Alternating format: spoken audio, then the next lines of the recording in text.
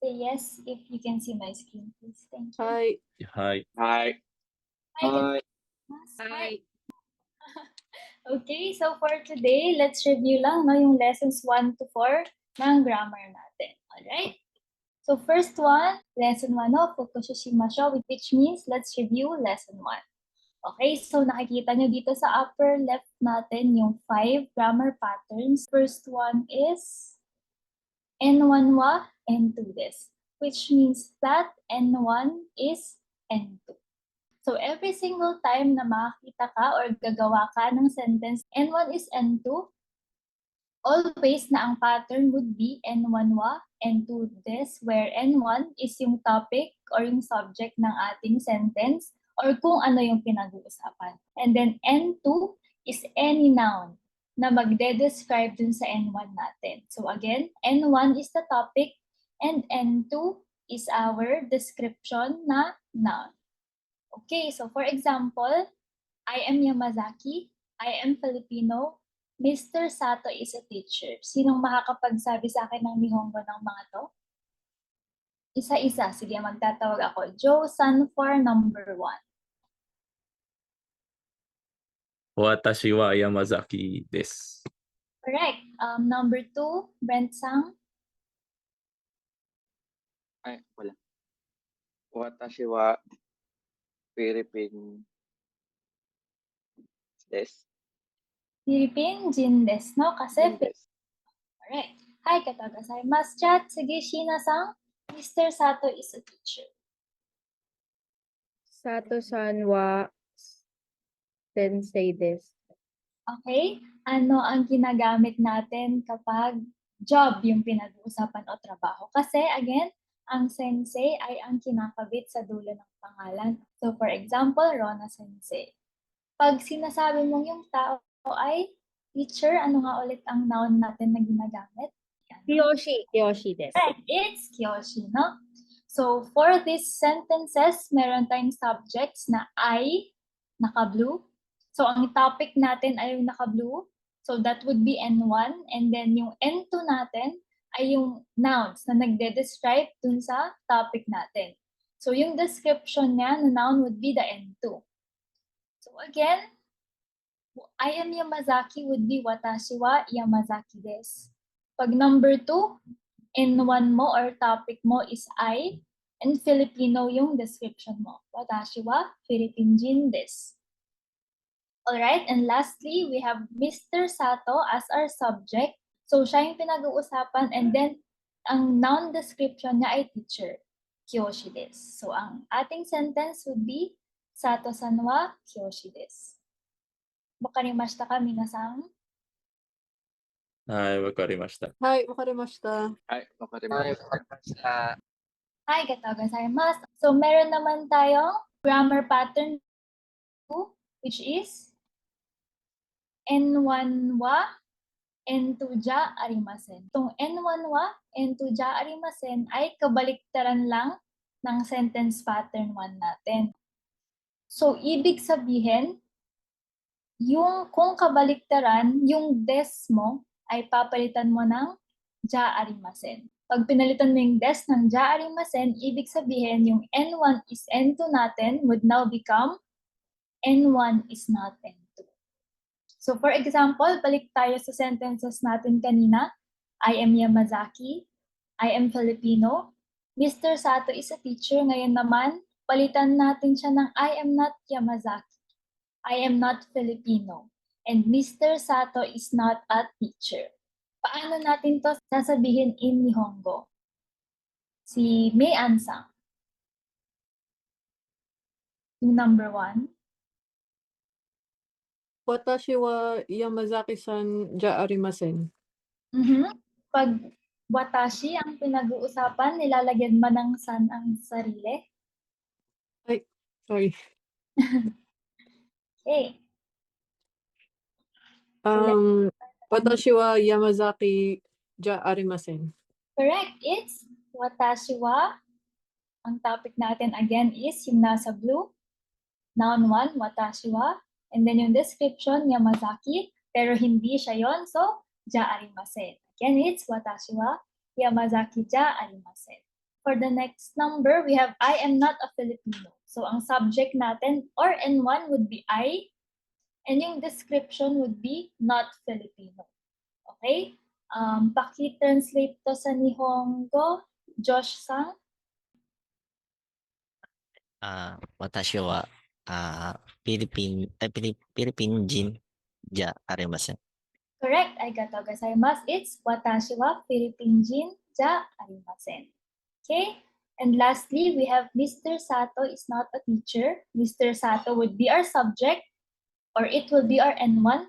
Mr. Sato ang pinag-uusapan. And then, ang description niya ay not a teacher. No, so pag sasabihin natin ito in Nihongo, sino hindi ko pa natatawag? Mike-san?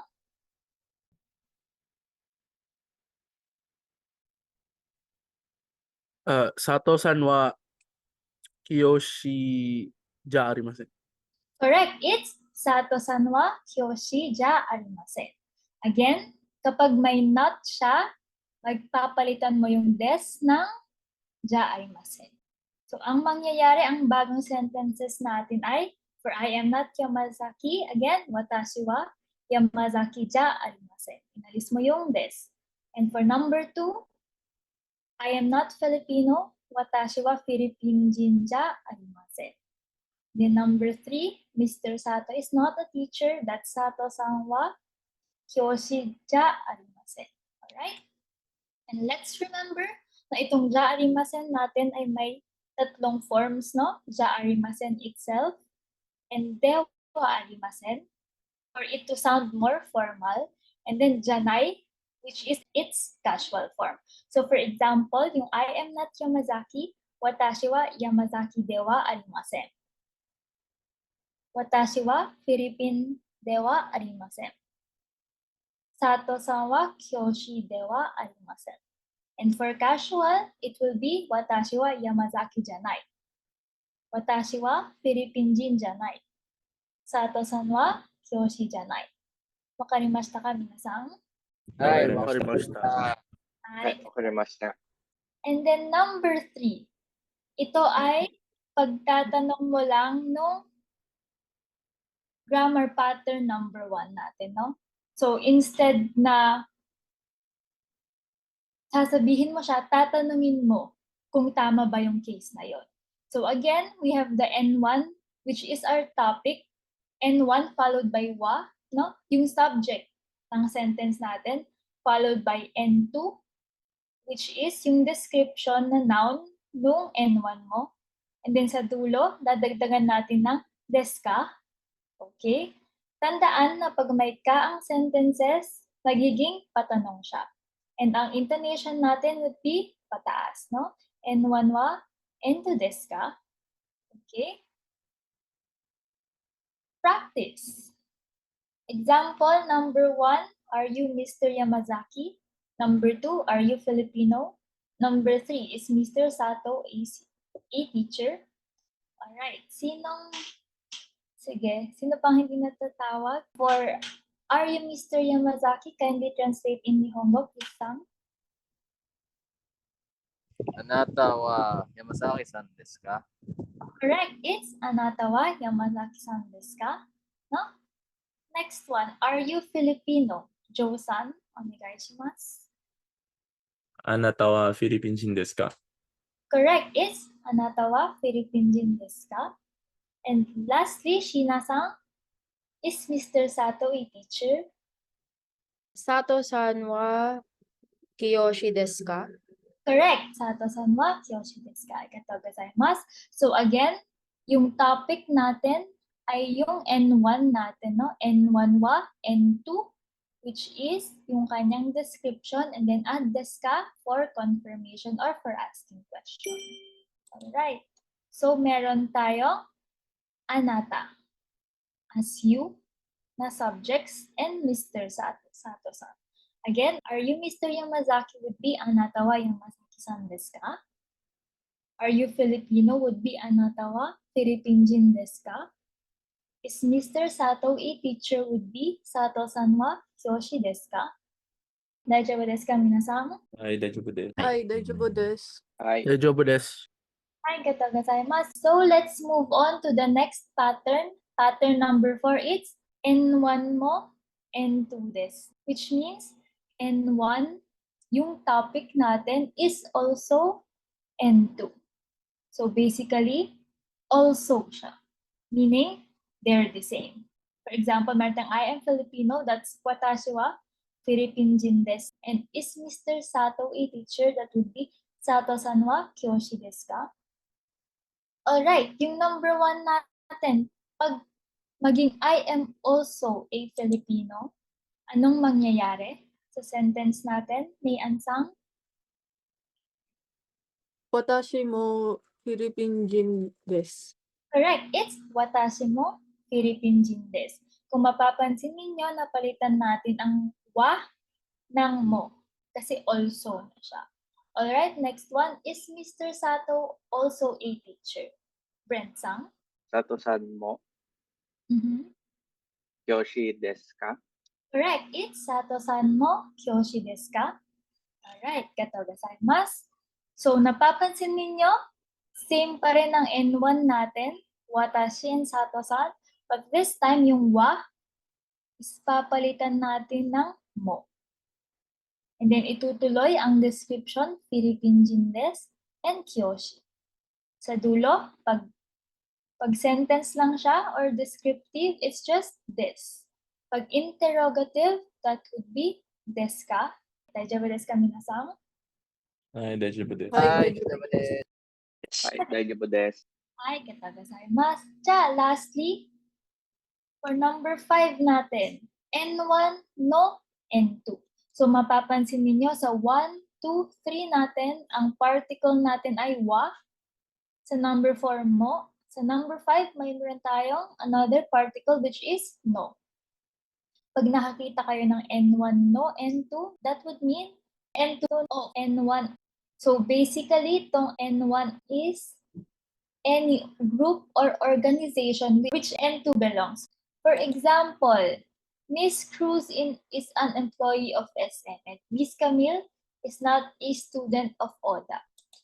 Sa sentence na to, meron tayong employee of SM, meron tayong not a student of ODA.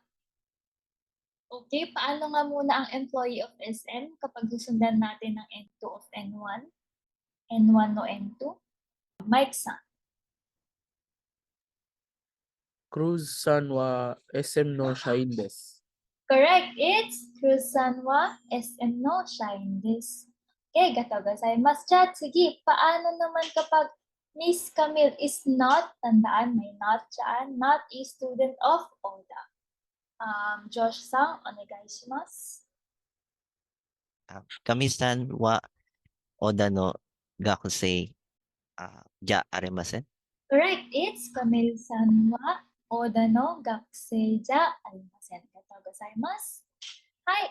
Alright. So, tapos na tayo sa lesson 1. So, again, emphasize ko lang, Miss Cruz is an employee of SM. If you translate that in Nihongo, it would be Cruz-san wa SM no shain desu. Okay? And then Miss Camille is not a student of ODA would be Camille-san wa Oda no gakusei ja arimasen. Okay? Daijoubu desu ka, minasan? はい。はい、大丈夫 Hi, です。 daijoubu desu. Daijoubu. Hi, gatou gozaimasu. So, yan na yung grammar patterns natin for lesson 1.